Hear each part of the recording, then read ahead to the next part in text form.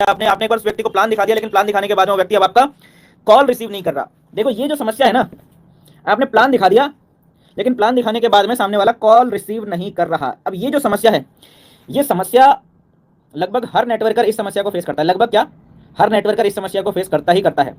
तो सबसे पहले तो आपको ये सोचना है कि अगर आपके साथ में ऐसा हो रहा है तो ये कोई आपके साथ कुछ अलग अनोखा नहीं हो रहा है, ऐसा सबके साथ में होता है। तो इसलिए आपको घबराने की जरूरत नहीं है, टेंशन लेने की जरूरत नहीं है, ठीक है। इसके बहुत सारे रीजन होते हैं।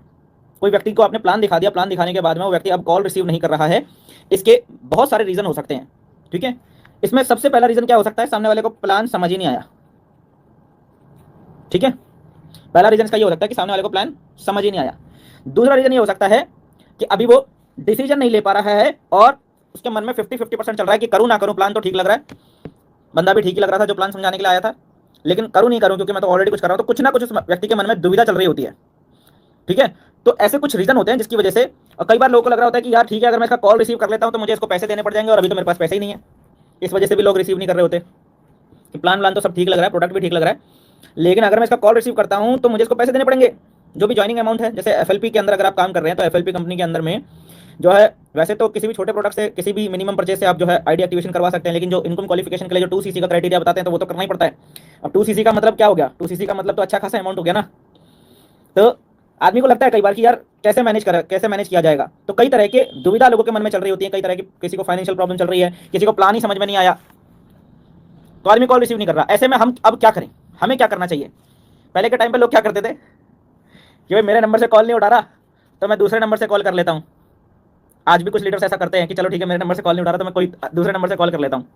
दूसरे नंबर से अगर आप किसी व्यक्ति को कॉल करेंगे ना तो आपका कॉल उठा तो लेगा, लेकिन फिर उसका विश्वास टूट जाएगा। बोलेगा यार ये तो आदमी, यार बताओ, दूसरे नंबर से कॉल कर रहा है, फिर वो आप पे उतना ट्रस्ट नहीं कर पाएगा। तो दूसरे नंबर से कॉल नहीं करना है। जरूरी क्या है, ध्यान से समझना इस बात को।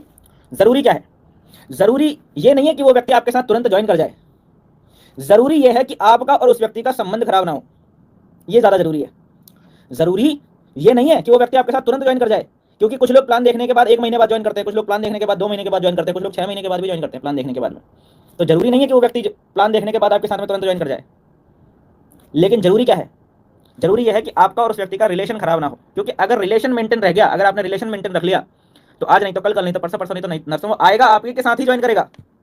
ये ज्यादा जरूरी है। सामने वाला कॉल नहीं उठा रहा तो कभी भी ये गलती मत करो कि दूसरे नंबर से कॉल कर रहे हो, ठीक है। अगर आपने दूसरे नंबर से कॉल किया और उसने उठा लिया तो सामने वाला शर्मिंदा महसूस करता है, बोला यार बताओ इसने मेरे जो है, शर्मिंदा महसूस करता है वो, फिर वो आपके साथ उस कॉन्फिडेंस से नहीं आ पाएगा। तो कभी भी ये गलती ना करें कि हम चलो इस नंबर से, मेरे नंबर से नहीं उठा रहा तो चलो दूसरे नंबर से कॉल कर लूँ। ये गलती कभी नहीं करना। करना क्या है, करना यह है कि आप उसको एसएमएस या व्हाट्सएप के माध्यम से मैसेज कीजिए। एसएमएस तो पड़ेगा, व्हाट्सएप तो पड़ेगा, उसके माध्यम से उसको मैसेज कीजिए। आप उसको बोलिए कि सर देखिए ऐसा है, आपसे मैं मिला, आपको मैंने प्लान दिखाया, ठीक है। मैं जितने भी लोगों को प्लान दिखाता हूँ उसमें से कुछ लोग हमारे साथ बिजनेस ज्वाइन कर लेते हैं, कुछ लोग ज्वाइन नहीं करते। आप उनको बताइए कि सर जरूरी नहीं है कि आप हमारे साथ बिजनेस ज्वाइन करें। सर अगर आप बिजनेस अभी शुरू नहीं करना चाहते हैं, किसी तरह की समस्या में परेशान है, कुछ भी आपके मन में डाउट चल रहा है, तो उसे बताइए। क्योंकि सर मेरी नज़र में, आप उस व्यक्ति को बोलिए, मैसेज में लिखकर बोलिए कि सर मेरी नज़र में आपका और मेरा ये रिश्ता जो है ना, आपका और मेरा जो रिलेशन है, जो दोस्ती का, मित्रता का जो रिश्ता है, ये इंपॉर्टेंट है सर। आप मेरे साथ बिजनेस करो मत करो, लेकिन हम लोग एक अच्छे दोस्त तो रह सकते हैं ना, है ना। तो इसलिए सर जब भी आप फ्री होंगे तो एक बार मुझे कॉल कर लेना, ऐसा उस व्यक्ति को मैसेज करना कि सर हम बिजनेस, अगर आप बिजनेस में इंटरेस्टेड नहीं है तो चिंता ना करें, मैं आपसे बिजनेस के बारे में कोई डिस्कस करूंगा ही नहीं, लेकिन कम से कम आपका और हमारा रिलेशन खराब नहीं होना चाहिए। ये आप उस व्यक्ति से बोलिए, तो सामने वाले को भी फील होगा कि हाँ यार बताओ, ठीक है। तो ये फील करवाना जरूरी है डायरेक्ट सेलिंग बिजनेस के अंदर में। फिर वो व्यक्ति हो सकता है कि आपको कॉल कर ले शाम को, या हो सकता है अगले दिन कॉल कर ले, आपको बोले कि सर ऐसा है कि माफी चाहूंगा मैं बिजी था, आपसे बात नहीं कर पाया। हो सकता है कॉल कर ले, और अगर नहीं भी करता है तो आप उस व्यक्ति को कॉल कर लो, फिर उसके बाद कॉल करना। और ज़्यादातर केसेस में ऐसा होता है कि जब आप मैसेज करते हो किसी व्यक्ति को व्हाट्सएप पे, उस व्यक्ति को आप रिलैक्स कर देते हो, उसकी दुविधा खत्म कर देते हो, तो उसके कुछ घंटों के बाद जब आप उस व्यक्ति को कॉल करते हो तो वो आदमी कॉल रिसीव कर लेता है। ज़्यादातर केसेस में ऐसा ही होता है, ठीक है। तो इस चीज़ का ख्याल रखना है आपने। डराना नहीं है, प्रॉस्पेक्ट को घबराना नहीं है। आदमी के मन में हर व्यक्ति एक तरीके से रिएक्ट नहीं करता ना, एक ही परिस्थिति में, एक ही सिचुएशन में अलग अलग लोग अलग अलग तरीके से रिएक्ट करते हैं। तो कुछ लोग घबरा जाते हैं, कुछ लोग दुविधा में रहते हैं। हर व्यक्ति अपने खुल के अपनी प्रॉब्लम थोड़ी शेयर करता है क्या, नहीं करता।